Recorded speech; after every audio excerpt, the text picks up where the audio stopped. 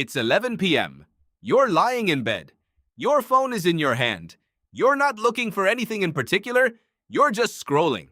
Somewhere underneath the scrolling, there's a feeling you don't have a name for. It isn't sadness. It isn't boredom. It's something older than both. But the real answer is far stranger than you're just bored or you miss people. What you're feeling tonight is an alarm system, and it's 200,000 years old. You call it loneliness.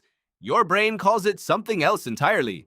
For most of human history, being alone didn't mean a quiet evening. It meant something was about to go very wrong. If you were separated from your group on the savannah, there was no one to warn you about the lion in the grass. There was no one to help you carry food back to camp. There was no one to keep watch while you slept. Alone meant unprotected. Alone meant unfed. Alone, very often, meant dead. So your ancestors' brains built a system to prevent that. A system that made isolation feel unbearable, on purpose. That system is still installed in you.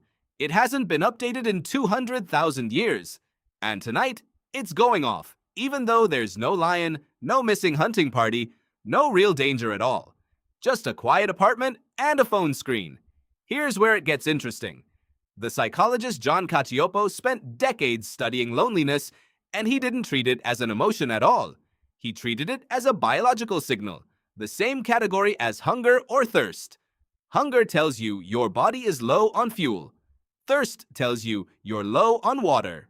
Loneliness, Cacioppo argued, tells you you're low on something just as critical for survival, social connection. It's not a mood, it's a deficiency alarm.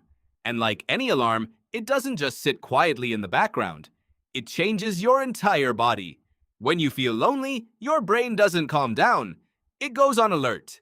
Cacioppo's research found that chronically lonely people show elevated levels of cortisol, the stress hormone, and disrupted sleep patterns, almost as if their body believes danger is nearby even when it isn't.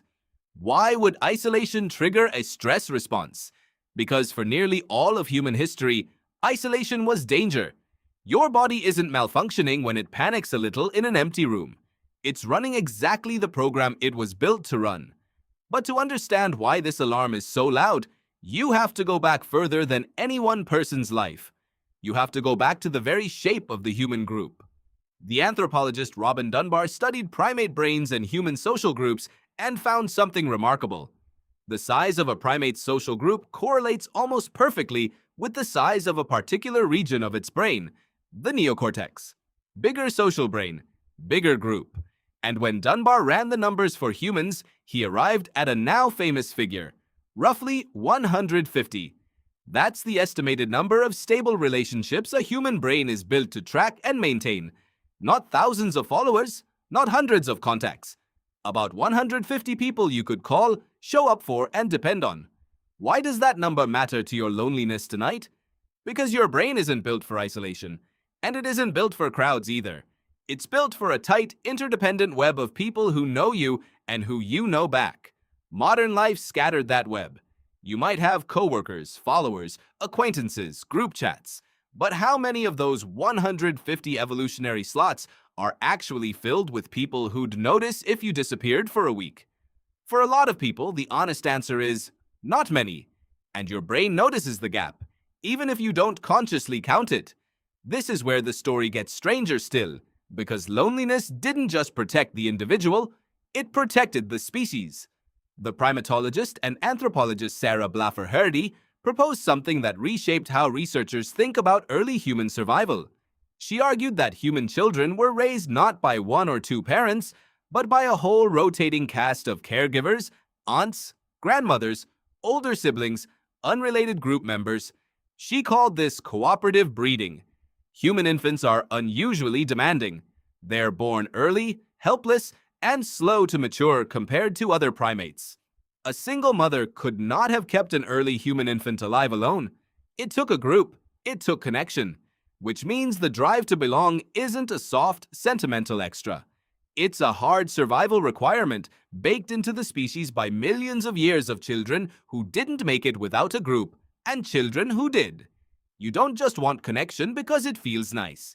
You want it because your ancestors who didn't want it badly enough didn't pass on their genes. So here is the strange twist. Loneliness isn't a flaw in your design. It's proof the design worked. The ache you feel scrolling at 11 p.m. is the same mechanism that once pulled your ancestors back toward the fire, back toward the group, back toward Suf. If this changed the way you see something you do every day, that's exactly what this channel is for. Subscribe. Turn on notifications. Because there's always something stranger hiding underneath the ordinary, and you're going to want to see it.